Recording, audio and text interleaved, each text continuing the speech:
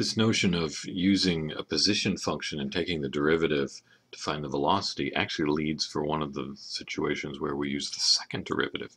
Because if I have a position function, so if I've got S is quite often a letter we use for position. I don't know why, but anyway, position is a function of time.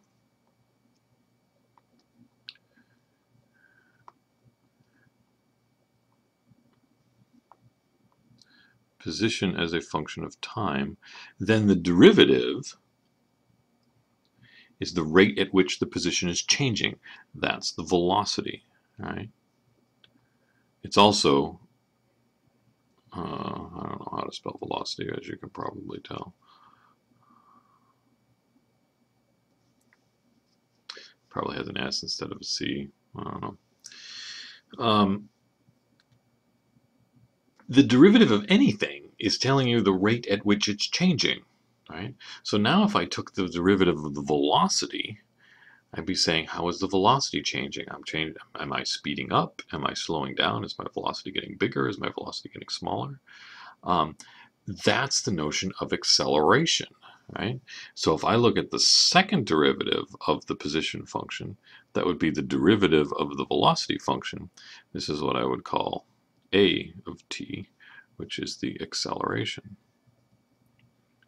In the example that we've been working on, where my position function was equal to negative 16 t squared plus 64t plus 80, right? We've already seen that the velocity function was the derivative of this, negative 32t plus 64. And if I took the next derivative, the acceleration would be negative 32. In this case, the acceleration is constant. Well, this was set up to be a problem where you're talking about an object being thrown up into the air and coming back down again and landing. Well, the acceleration in this is gravity. In this case, this is the acceleration of gravity.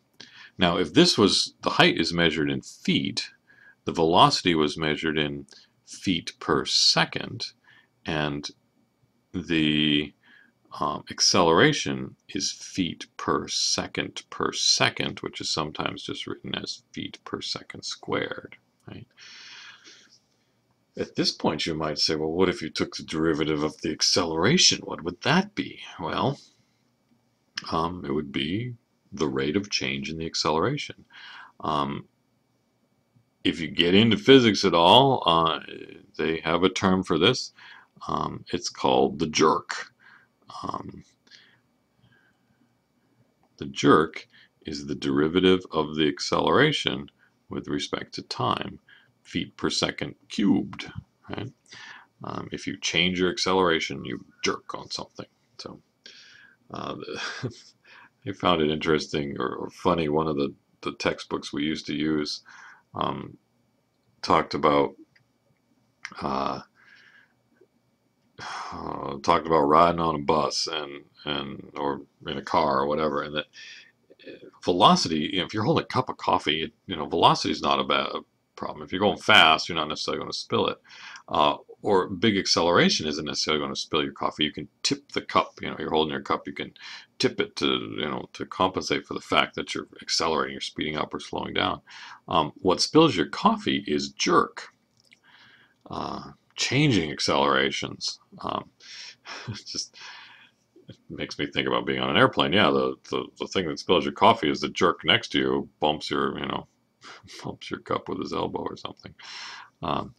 Anyway, I actually I ride the bus to school almost every day, and I rate my bus drivers by their derivatives.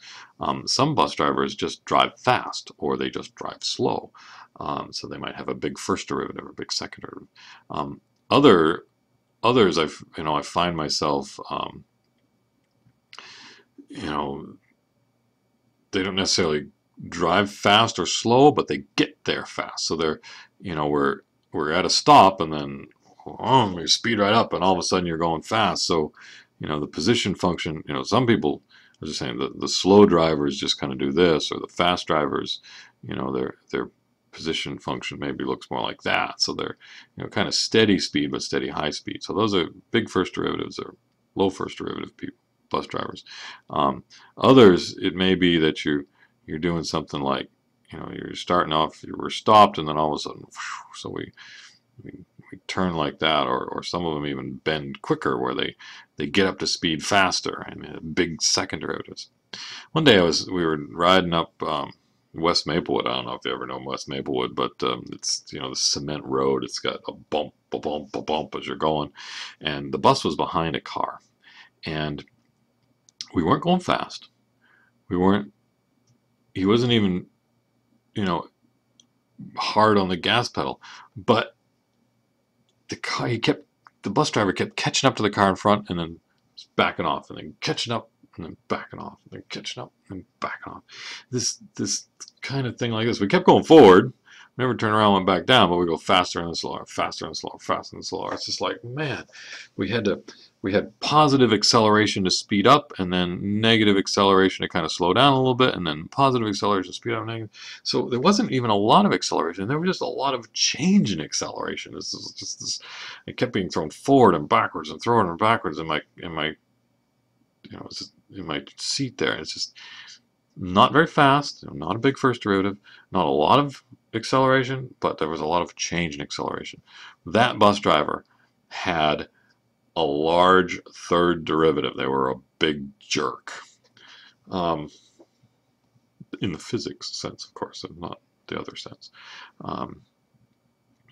Anyway, sometimes I find myself on roller coasters as well, and I rate my roller coasters by their derivatives. Is there a lot of speed? Is there a lot of acceleration? Is there a lot of change in acceleration? Of course, there may be some of you at this point saying, well, what if you took the derivative of the jerk? What would that be? The rate of change in the jerk. Actually, I call that an election.